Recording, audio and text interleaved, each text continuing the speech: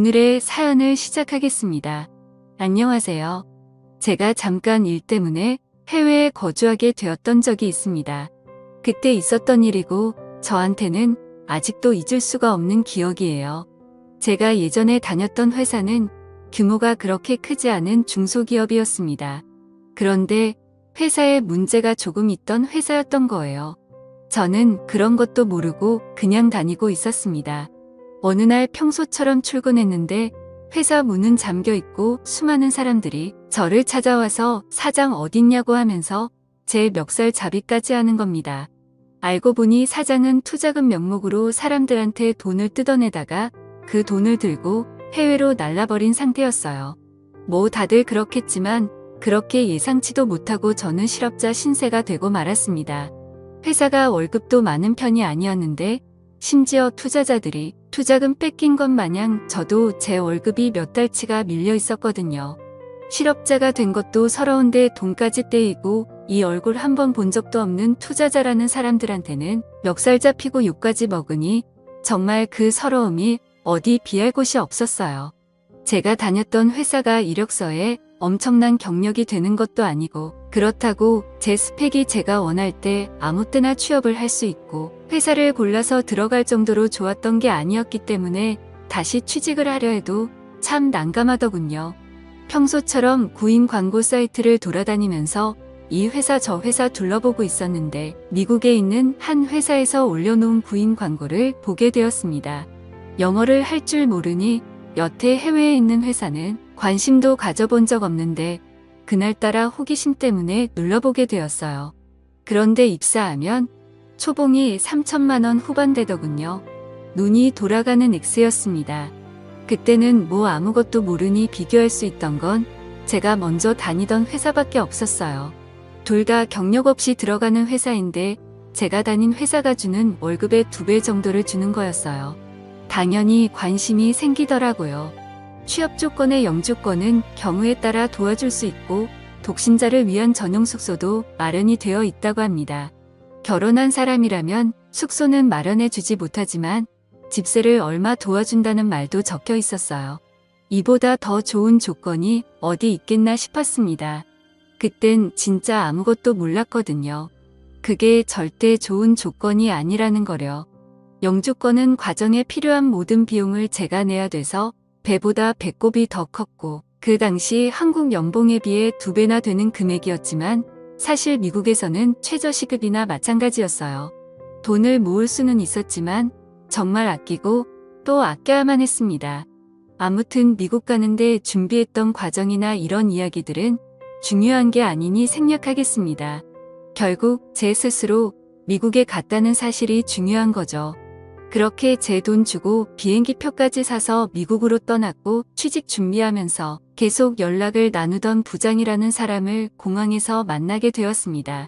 차 안에서 이런저런 이야기를 하는데 제일 궁금했던 게 저는 영어를 한마디도 못하는데 미국에 취업을 할 수가 있느냐 물었고 그 부장이라는 사람은 같은 나라 사람끼리 좋은 게 좋은 거 아니겠냐고 하면서 이 직장이 평생 직장을 해도 될 정도로 좋은 곳이라고 하면서 저에게 잘했다고 하더라고요. 사장님도 한국분이시고 한국인들이 운영하는 회사니 어려울 거 없을 거라고 하면서요. 지금 생각해보면 다 한통속이라서 치가 떨리긴 하지만 결과적으로는 미국에서 그 여자를 만나게 되었으니 좋은 점도 안 좋은 점도 둘 다 있었던 것 같습니다. 저렇게 사람 좋은 척하는 건 대표가 도망간 전에 다니던 회사에서도 비슷하게 들었던 말이기 때문에 하나도 믿지도 않았어요. 하지만 어쨌든 저는 당장 돈도 필요하고 이미 바다 건너 미국까지 왔으니 무슨 일이든 열심히 해봐야겠다는 생각이었어요. 숙소도 제공해주고 하는데 한 3년만 고생하면 1억 근처는 모으지 않겠나 하는 생각으로 열심히 해보기로 했습니다. 물론 당했던 게 있어서 그 말을 100% 믿고 있던 건 아니지만 저금이 어느 정도 있으면 좋겠다라는 생각을 한 적이 있었어요. 그래서 그런지 숙소까지 제공해주겠다. 정말 식비 제외하고는 따로 돈 들 일도 없을 것 같은데 23년만 놔주고 수하고 거기서 돈이나 열심히 모아오면 1억 정도는 모아오겠지라는 생각에 열심히 해보기로 했습니다. 첫날 출근을 했는데 뭐 그래도 나름 사무실도 갖춰놓고 제대로 된 회사인 것 같더라고요. 직원들 전부가 다 미국에 거주하는 교민들처럼 보였고 부장이라는 사람이 말한 대로 저 말고도 다른 몇몇은 영어를 전혀 할 줄 모르는 사람들이 있었습니다. 그런데 그중 한 명이 격리 일을 하고 있는 여자였어요.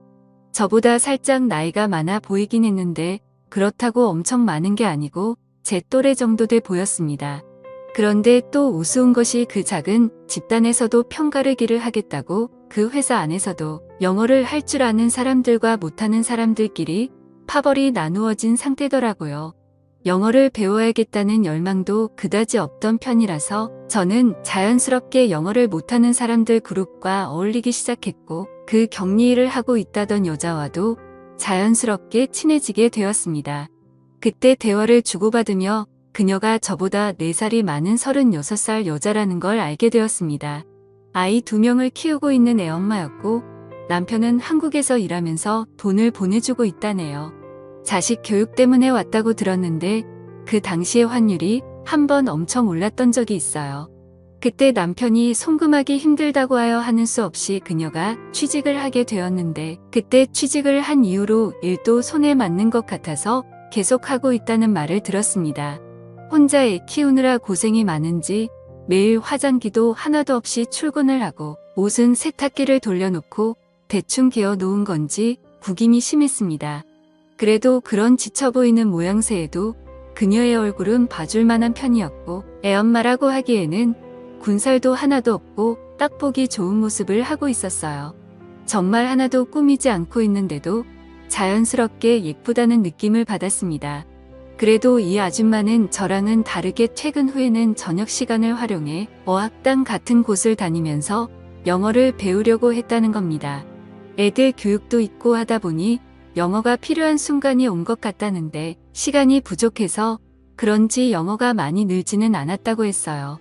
그래도 짬이 있다고 생활에 필요한 영어 정도는 할 줄 아는 것 같았습니다. 아예 남 놓고 ABCD도 몰랐던 저보다 훨씬 잘했기 때문에 그녀가 저를 많이 도와주고는 했습니다. 아무튼 저는 일을 시작한 첫 달 동안 독신사 숙소에 같이 사는 직원과도 많이 친해져서 여기저기 놀러 다녔습니다. 그런데 놀라운 건 미국의 기러기 생활하는 아줌마들이 생각보다 엄청 많았다는 거고 그 기러기 생활하는 아줌마들이 엄청나게 쉬었다는 거예요.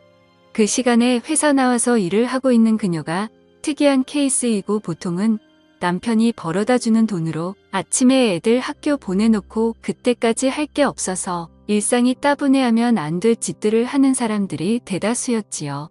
그러다 보니 솔직히 기러기 엄마들 상대하는 게 엄청 쉬웠습니다. 애엄마들이라고 해서 다들 아줌마들이 아니고 저보다 어린 여자들도 많이 있었어요. 남편이 한국에서 벌어다 주는 돈으로 저 같은 놈들한테 쓰고 있다는 게 참 애석했고 지금 생각해보면 제가 정말 남의 가정에다가 몹쓸 짓을 했다는 걸 인정하지만 그때는 남의 집 사정까지 봐줄 제가 아니었습니다. 정말 손가락으로 셀 수도 없을 만큼 많은 사람을 만났어요. 아무튼 기러기 엄마라고 다 그런 사람들만 보다가 그녀를 보니 참 그녀가 깨어있는 사람처럼 보였습니다. 한국에서도 원래 비슷한 일을 했어서 어려울 게 없다면서 낮에는 일하고 밤에는 공부하고 참 멋진 사람이었지요. 덜 꾸며서 그렇지 제가 만나던 다른 기러기 아줌마들보다 내면도 외면도 훨씬 아름다운 사람이었습니다. 그래서 언젠가부터 저도 모르게 그녀에게 호감을 갖기 시작했습니다. 그러던 어느 날이었습니다. 그녀가 저에게 혹시 손재주가 좋으냐고 물어보더라고요. 무슨 일인가 물어보니 집에 싱크대가 막혔는데 혹시 손재주가 좋으면 부탁 좀 하고 싶다고 하더라고요. 업체를 부르면 되지 않냐고 했더니 미국은 또 그런 업체에 사람을 부르는 게 엄청 비싸다고 하네요. 그래서 부담스럽다고 알아보니까 할 줄 아는 사람들은 사람을 안 부르고 한다던데 해서 혹시 제가 할 줄 아는지 물어본 거라네요. 저도 나름 오랜 자취 경력이 있는 데다가 군대 있을 때 작업이라면 1순위로 호출될 정도로 손재주가 좋았기 때문에 알겠다고 하고 퇴근하고 그녀와 함께 그녀의 집으로 향했습니다. 처음에는 정말 100원까지 건드려야 하나 싶어서 그냥 뚜러펑 가지고 어떻게 해보려고 쑤셔봤는데 하수구 물이 막힌 배수관을 타고 역류를 해버렸어요. 시꺼먼 물이 마구 치솟아 올라오는데 그 비릿하고 썩은 육한내가 아직도 잊혀지지가 않네요. 아래를 열어서 보니 파이프가 분리하기 쉽게 되어 있어서 파이프를 떼서 막힌 안쪽을 뚫으니 생각보다 쉽게 끝나버렸어요. 튀김을 하고 기름을 그냥 배수구에 부어버린 게 문제가 된 것 같더라고요. 그래도 일이 쉽게 해결돼서 다행이었습니다. 아무튼 작업을 하다가 더러운 물이 몸에 튀고 했기 때문에 그대로 집에 돌아가기는 조금 그렇더라고요. 그래서 그녀한테 미안하지만 씻고 갈 수 있겠냐고 물어봤습니다. 그녀도 당연히 그렇게 하라면서 흔쾌히 허락을 해줬고요.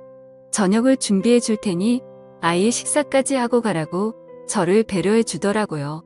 샤워를 하고 있는데 문득 애들이 같이 있기는 하지만 남편 없이 여자 혼자 지내는 집에서 씻고 있다는 생각을 하니까 기분이 조금 묘해졌습니다. 여태껏 동네에 있는 다른 기러기 엄마들을 상대할 때랑은 전혀 다른 기분이었어요. 다른 기러기 엄마들을 만날 때는 서로가 같은 목적을 가지고 만난 것인데 이 여자는 다른 이유 때문에 저를 집에 불렀던 거잖아요. 저도 그때쯤 그냥 하루만 만나는 짧은 인연이 필요한 게 아니라 정신적으로 공감대를 공유하는 그런 연애에 목이 마르던 시기였거든요. 연애한 지도 오래되기도 했었고 말이죠. 애초에 그녀에게 호감도 가지고 있었고 저도 에라 모르겠다 하는 심정으로 한번 그녀에게 작업을 걸어보기로 했습니다. 그래서 일부러 씻으면서 티셔츠를 비누로 같이 세탁을 해버렸어요. 음식물이 묻어서 그랬다고 대충 둘러대면 되었으니까요. 제가 다른 건 몰라도 팔뚝 하나만큼은 자신이 있어서 그걸 보여줘 보려는 생각이었습니다. 다른 건 몰라도 일단 기러기 아줌마들의 특징이 남편과 떨어져 지내면서 많이 외로움을 타는 습성을 알고 있기 때문이었지요. 아무튼 그렇게 나오니까 식탁에는 식사가 다 차려져 있었어요. 마주 앉아 저녁을 먹는데 제가 예상한 대로 그녀의 시선이 제 팔뚝에 힐끔힐끔 꽂히는 게 느껴졌습니다. 사실 그녀도 아닌 척은 하고 있지만 오래 혼자 지냈고 그 기간이 힘들었다는 사실을 알 수 있었어요. 업자를 부르면 비용이 비싼 건 인정하지만 굳이 다른 사람이 아니라 저를 부른 이유도 대충 이유를 알겠더군요. 아무튼 아줌마 혼자 애 키우면서 살아가다 보니 지치기도 했고 응당 남편이 해줘야 할 집안일을 대신 도와주는 제가 생겼으니 그런 것도 좋았나 봅니다. 틈만 나면 저한테 사소한 것 도와달라고 해놓고는 저녁 먹고 가라는 게 일이었습니다. 처음에야 100원 뚫어주는 게 큰일이긴 하지만 이후에는 전구 좀 갈아달라부터 TV가 안 나온다고 해서 가보니 코드가 안 꽂혀 있을 때도 있었고 리모컨에 건전지도 안 끼고 뭐가 안 된다고 하는 일도 있었어요. 아예 나중에는 도와달라고 할 만한 게 없으니 독신자 숙소에서 밥을 챙겨 먹어봐야 얼마나 잘 챙겨 먹겠냐고 하면서 밥 한 그릇만 더 뜨면 되니까 시간 되면 아예 집에서 저녁을 먹고 돌아가라고까지 하더라고요. 그러던 어느 날이었는데 그녀가 이번에도 저보고 저녁을 먹으러 오라는 겁니다. 그런데 평소랑은 약간 달랐어요. 제 눈을 도무지 마주치지 못하더라고요. 그러면서 굳이 그녀의 아이들이 학교에서 2박 3일간 캠프를 가게 되었다며 혼자 밥 먹기 그래서 그런데 같이 먹을 사람이 있으면 좋겠다고 하더라고요. 저도 눈치가 아예 없는 사람은 아닌지라 그녀가 무슨 말을 하는지 단번에 눈치를 챘습니다. 여자가 먼저 그렇게 저에게 신호를 보내줬는데 눈치를 못 채주면 예의가 아니라고 생각했습니다. 그래서 그날은 그녀의 집에 출발하기 전에 아끼는 향수도 구석구석 뿌리고 출발했습니다. 아니나 다를까 그녀가 차려놓은 식탁은 평소에 차려주던 밥과 밑반찬이 아니고 차림에 제법 신경을 썼더라고요. 테이블 한가운데는 와인도 한 병 준비가 되어 있었습니다. 저도 그녀를 가정에 있는 사람이기 이전에 회사에서는 의지가 되는 직장 동료이고 제가 쉽게 생각하고 하루살이 인연을 보내고 있는 다른 여자들과는 다르게 한 명의 이성으로서 접근했던 여자였기에 저도 긴장이 다 되더라고요. 그녀는 당연히 이런 식의 만남이 처음이었는지 말도 제대로 못하고 벌벌 떨고 있는 게 눈에 보였고요. 술이 한두 잔 들어가면 분위기가 타오를 줄 알았는데 그게 아니었네요. 그녀가 생각보다 술이 많이 약했던 거예요. 술이 입에 들어가니 그녀가 그동안에는 한 번도 내색하지 않고 해준 적 없는 이야기를 해왔습니다. 자식들 때문에 미국에 와 있기는 하지만 자기는 다른 여자들처럼 형편이 넉넉하지가 않다고요. 남편도 돈을 그렇게 잘 버는 편이 아니라서 사실 지금도 남편이 보내주는 돈에 자기가 일을 해서 번 돈까지 다 합쳐야 생활비가 충당이 된다고 하는 겁니다. 퇴근할 때까지 옆집 노부부가 애를 봐주고 있는데 그 돈을 주는 것만 해도 허리가 휘일 지경이라고 하면서 신세한탄을 하기 시작했어요. 너무 힘들어서 다 포기하고 한국으로 돌아가고 싶은데 아이들이 영어 한마디 하는 거 들을 때마다 그걸 보고 참고 살고 있다고. 그런데 요즘 들어서 너무 힘들다고 하면서 울먹이기 시작하더라고요. 눈물을 펑펑 흘리며 울고 있는 그녀를 보니 마음이 안쓰러워서 그녀의 옆으로 가서 그녀를 달래줬습니다. 그녀도 오늘 저와의 시간을 기대한 건지 가까이 가서 보니 퇴근한 이후인데도 회사에선 하지도 않았던 옅은 화장을 하고 향수도 은은한 거를 뿌려 놓았더라고요. 그렇게 저희는 사랑을 확인하게 되었고 그날을 전후로 해서 우리 둘의 사이는 급속도로 가까워지게 되었습니다. 그녀도 저를 더 위치하게 되었고 얼마 안 있어서 저는 독신자 숙소를 나와서 그녀의 집에서 함께 지내게 되었습니다. 그녀의 남편에게는 미국에서 생활비가 모자라서 직장 동료인 저에게 월세를 일부 받으며 같이 지내게 되었다는 이야기를 해줬습니다. 그녀의 남편이 그래도 남자가 같이 사는 건 조금 그렇지 않냐고 부담스러워했지만 그녀가 돈이 모자라서 그러는데 어떻게 아냐고 지금 나 의심하는 거냐고 하면서 강하게 나가니 남편도 더 캐묻지는 못하더라고요. 나중에 가서는 아이들도 아버지의 자리가 필요했는지 저를 삼촌이라고 부르면서 잘 따라줬습니다. 그렇게 그녀하고는 제가 목표한 3년을 채울 때까지 거의 부부나 다름없이 함께 살았어요. 사실 그녀와의 추억은 정말 잊을 수 없는 아름다운 추억입니다. 그때는 그녀가 남편이 있는 걸 알면서도 연애를 시작했고 저는 그동안 그 사실을 망각할 만큼 진심으로 그녀를 사랑했었거든요. 부부처럼 다투기도 많이 다퉜지만 서로 많이 아껴줬습니다.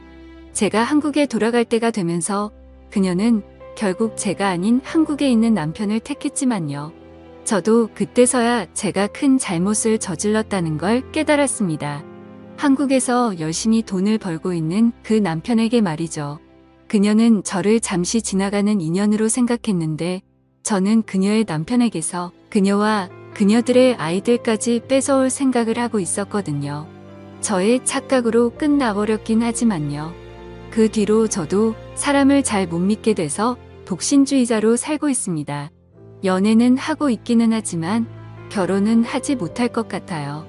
앞으로도 평생 쭉 저 혼자 살겠죠. 하지만 이해합니다. 이건 다 제가 지은 죄이자 지난날에 대한 업보라고 생각하려고요.